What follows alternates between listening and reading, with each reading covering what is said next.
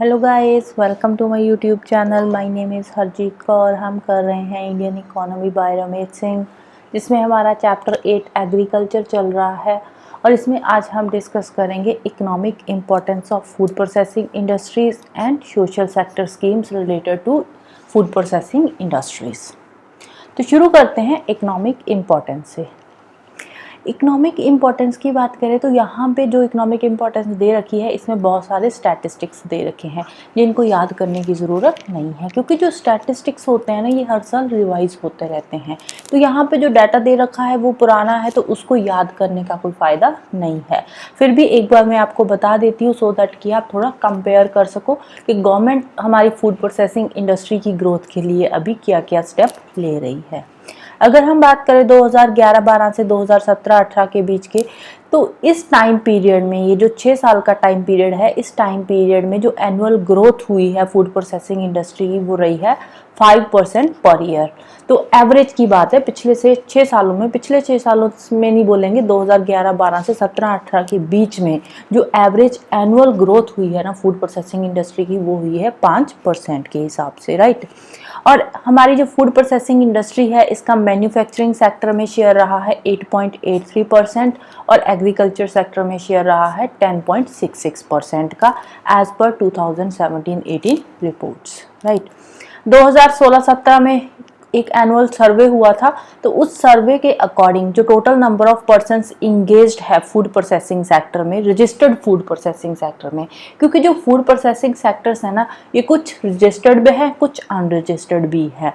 तो जो registered food processing sector है, वहाँ पे जो total number of persons engaged है, जो काम कर रहे हैं, वो है 18.54 लैक्स। अगर हम बात करें अनरजिस्टर्ड फूड प्रोसेसिंग सेक्टर की, तो वहाँ पे जो एम्प्लॉयमेंट जनरेट हुआ है वो हुआ है 51.11 लाख वर्कर्स है। वहाँ पे 51.11 लाख जो लोग हैं उनको एम्प्लॉयमेंट मिला है अनरजिस्टर्ड फूड प्रोसेसिंग सेक्टर में, as per the NSSO report, right. तो टोटल एम्प्लॉयमेंट का कितने परसेंट है? ये 14.18% एम्प्लॉयमेंट है अनरजिस्टर्ड मैन्युफैक्चरिंग सेक्टर में, राइट। तो यहाँ पे अब देखो, एक बात तो क्लियर है कि फूड प्रोसेसिंग इंडस्ट्री में एम्प्लॉयमेंट बहुत ज़्यादा जनरेट हो रहा है, राइट। अगर हम एक्सपोर्ट के टर्म में बात करें तो टोटल एक्सपोर्ट कितना हुआ है 2018-19 के डाटा के अकॉर्डिंग, जो टोटल एक्सपोर्ट वैल्यू है हमारे फूड प्रोसेसिंग सेक्टर की, जो प्रोसेस्ड फूड की वैल्यू है टोटल एक्सपोर्ट की, तो हमने जो प्रोसेस्ड फूड एक्सपोर्ट किया है वो किया है 35.30 बिलियन US डॉलर का हमने एक्सपोर्ट किया है, राइट, जो कि टोटल एक्सपोर्ट का 10.70% है। अगर हम बात करें इंपोर्ट की प्रोसेस्ड फूड की, तो हमने कितना प्रोसेस्ड फूड इंपोर्ट किया है, तो 2018-19 के अकॉर्डिंग के डाटा के अकॉर्डिंग हमने जो प्रोसेस्ड फूड इंपोर्ट किया है वो किया है $19.32 बिलियंस का, राइट। एक्सपोर्ट हमारा ज़्यादा है, इंपोर्ट कम है, which is a good, right. अगर हम परसेंटेज की टर्म में बात करें तो 3.76% हमने टोटल इंपोर्ट का फूड प्रोसेसिंग सेक्टर में ही इंपोर्ट किया है, राइट। अब नेक्स्ट बात करते हैं कुछ सोशल सेक्टर स्कीम्स की which are related to food processing industry. तो इसके लिए सबसे पहली स्कीम है प्रधानमंत्री किसान संपदा योजना। ये वाली जो स्कीम है ये लॉन्च करी गई थी 2016 से 2020 के टाइम पीरियड के लिए। सेंटर सेक्टर स्कीम है और ये सब्सिडी बेस्ड स्कीम है। इसमें एग्रीकल्चर इंडस्ट्रीज और एग्रो बेस्ड इंडस्ट्री की मॉडर्नाइजेशन के लिए पूरी की पूरी जो हमारी इंटायर वैल्यू चेन है उसकी मॉडर्नाइजेशन के लिए, उसकी इम्प्रूवमेंट के लिए सरकार क्या कर रही है, सब्सिडी दे रही है, सो दैट कि जो एग्रीकल्चरल प्रोडक्ट्स है हमारी उसकी वेस्टेज को कम किया जाए, प्रोसेसिंग लेवल को इंक्रीज किया जाए और एक्सपोर्ट्स जो है हमारे प्रोसेस्ड फूड के एक्सपोर्ट को हम बढ़ाएं, इन्हांस करें, इंक्रीज करें और जो फूड है उसको हाइजीनिक बनाए, जो हमारा प्रोसेस्ड फूड है उसको हाइजीनिक बनाए और उसकी जो न्यूट्रिशियस वैल्यू है उसको भी इंक्रीज करें और कंज्यूमर्स तक, जो फाइनल कंज्यूमर्स होते हैं उन तक हम हाइजीनिक और न्यूट्रिशियस फूड अफोर्डेबल प्राइसेस पे पहुंचा पाएं। ये था इसका मेन एम। अब इसका बेनिफिट किसको हुआ था? इसका बेनिफिट हुआ टोटल 20 लाख फार्मर्स को स्कीम का बेनिफिट हुआ, और इससे डायरेक्टली और इनडायरेक्टली 5,30,500 जॉब्स भी जनरेट हुई है कंट्री में, राइट। तो ये जो स्कीम थी इसके बहुत सारे कंपोनेंट्स हैं, इसके अंदर और बहुत सारी छोटी छोटी स्कीम्स शुरू करी गई थी, जैसे मेगा फूड पार्क्स हो गया, integrated cold chain value addition infrastructure हो गया, और बहुत सारी food safety and quality assurance infrastructure. तो ऐसी बहुत सारी ये छोटी छोटी स्कीम्स इसके अंदर शुरू करी गई थी, इसको आप पढ़ सकते हो। नेक्स्ट बात करते हैं मेगा फूड पार्क स्कीम की। मेगा फूड पार्क स्कीम, इसका मेन एम क्या था? इसका मेन एम भी वही था कि जो फूड प्रोसेसिंग इंडस्ट्री है उसकी ग्रोथ को एक्सेलरेट करना। पहले भी ग्रोथ हो रही है लेकिन थोड़ी और तेजी से ग्रोथ हो, तो उसको एक्सेलरेट करना। तो उसके लिए सरकार क्या है? उसके लिए सरकार कुछ सब्सिडी दे रही है, कुछ ग्रांट्स दे रही है। तो इस स्कीम के अंदर जितना भी टोटल प्रोजेक्ट कॉस्ट आ रही है फूड प्रोसेसिंग इंडस्ट्री को सेटअप करने के लिए, जितनी भी टोटल कॉस्ट आ रही है उसका जो 50% कॉस्ट है वो कौन देगा? सरकार देगी in the form of subsidy और यू कैन से ग्रांट्स। जितना भी खर्चा है, सपोज प्रोजेक्ट की जो कॉस्ट है कितनी है? 10 करोड़ है, तो उसमें से जो 5 करोड़ का खर्चा है वो कौन देगा? सरकार देगी, right, in general areas. But in tough trains, difficult areas या वो एरियाज जो ITDP के अंडर आते हैं, ITDP क्या है? Integrated tribal development programme. तो इन एरियाज में जो खर्चा है सरकार, इन एरियाज में सरकार देगी 75% का खर्चा, जनरल एरियाज में 50% की ग्रांट देगी सरकार, और डिफिकल्ट एरियाज में और ITDP नोटिफाइड एरियाज में देगी 75% का, और मैक्सिमम सीलिंग है 50 करोड़ की। 50 करोड़ से ज़्यादा सरकार इस पे खर्चा नहीं करेगी।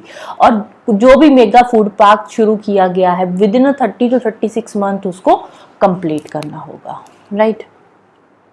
नेक्स्ट बात करते हैं cold chain value addition and preservation की। इसको प्रूव किया गया था 2008 में। इसका मेजर ऑब्जेक्टिव क्या था? इसका मेजर ऑब्जेक्टिव भी वही सेम ही है कि जो हमारी कोल्ड चेन है उसको कंप्लीट करना, उसमें इम्प्रूवमेंट करना, वैल्यू एडिशन करना, प्रिजर्वेशन करना। क्योंकि जो हमारे कोल्ड स्टोरेज है ना वो प्रॉपरली काम नहीं कर रहे, उनके अंदर जो AC वगैरह लगाए हुए हैं वो प्रॉपरली काम कर नहीं रहे, जिसके चलते हुए हमारे जो फूड ग्रेन्स है वो सड़ गल जाते हैं।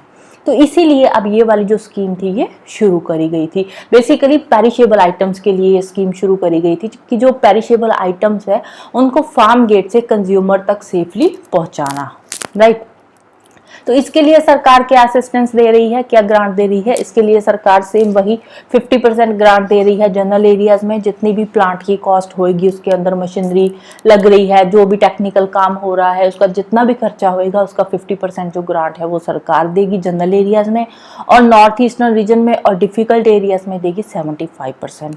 और इसकी मैक्सिमम लिमिट है 10 करोड़, राइट। मैक्सिमम लिमिट का क्या मतलब है कि जैसे कोई जनरल एरिया में कोई प्लांट सेटअप हो रहा है और उसकी जो कॉस्ट है, सपोज उसकी कॉस्ट, उस पर खर्चा आ गया 50 करोड़ का, ठीक है। तो यहाँ पे सरकार 25 करोड़ नहीं देगी, मैक्सिमम सरकार जो है वो 10 करोड़ ही देगी। 10 करोड़ से ज़्यादा खर्चा सरकार नहीं करेगी। हाँ, अगर किसी प्लांट के सेटअप के लिए 15 करोड़ का खर्चा आ रहा है तो वहाँ पे 7.5 करोड़ सरकार देगी, राइट। तो मैक्सिमम लिमिट यहाँ पे 10 करोड़ की है। Next, modernisation of abattoirs. Abattoirs क्या होते हैं? जो मीट प्रोसेसिंग इंडस्ट्रीज होती है उनको बोलते हैं अबैटॉयर्स। तो इसके लिए भी, इसके इम्प्रूवमेंट के लिए सरकार ने, मिनिस्ट्री ने 10 प्रोजेक्ट्स इम्प्रूव करे हैं इसके फर्स्ट फेज में। तो इसके अलावा इसकी प्रोग्रेस की अलग अलग बहुत सारी स्टेजेस है। तो 2 प्रोजेक्ट अभी तक कंप्लीट हो चुके हैं और अभी बाकी ये वाला जो स्कीम है अभी चल रही है, इन प्रोसेस है।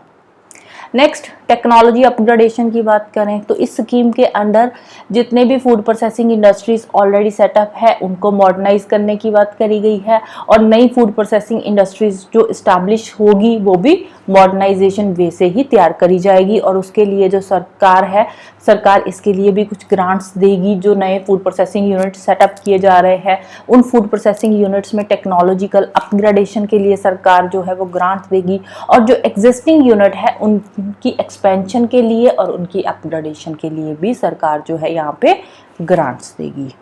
क्योंकि देखो जो नए यूनिट्स सेटअप किए जा रहे हैं उनको तो हम नई जो मॉडर्न टेक्नोलॉजी है उसी के हिसाब से सेटअप करेंगे ना, बट जो पुराने यूनिट्स हैं वहां पे तो टेक्नोलॉजी को अपग्रेड करने की जरूरत है ना। अब अभी से जो कोई 20-25 साल पहले कोई यूनिट सेटअप किया गया है तो वो तो पुरानी टेक्नोलॉजी के हिसाब से होगा ना, तो वहां पे भी तो टेक्नोलॉजी को अपग्रेड करने की जरूरत है ना, वहां पे तो वही पुराने सिस्टम से काम चल रहा होगा।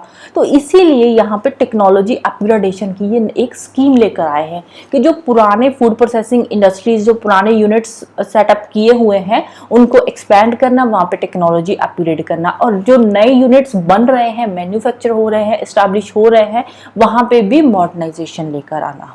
राइट तो बेसिकली इसका यही एम है। इसके लिए सरकार कितनी ग्रांट दे रही है? 25% ग्रांट दे रही है जनरल एरियाज में, और जो टफ ट्रेन्स है वहां पे कितनी है? 33.33% की ग्रांट, और जनरल एरिया में मैक्सिमम लिमिट है 50 लाख की, और जो डिफिकल्ट एरियाज है वहां पे मैक्सिमम लिमिट है 75 लाख की। राइट तो अब ये स्कीम क्या है? जो 12th 5 ईयर प्लान आया था ना, 12th 5 ईयर प्लान के टाइम पे national mission on food processing एक नई स्कीम आई थी, जिसके चलते हुए ये वाली जो टेक्नोलॉजी अपग्रेडेशन वाली स्कीम है इसको स्टेट्स को ट्रांसफर कर दिया गया कि स्टेट चाहे तो इस स्कीम को कंटिन्यू कर सकती है, नहीं चाहे तो स्टेट की मर्जी है। Right so this is all about today. तो जाने से पहले वीडियो को लाइक कर देना, शेयर कर देना और चैनल को सब्सक्राइब कर लेना। Thank you, bye bye, have a nice day.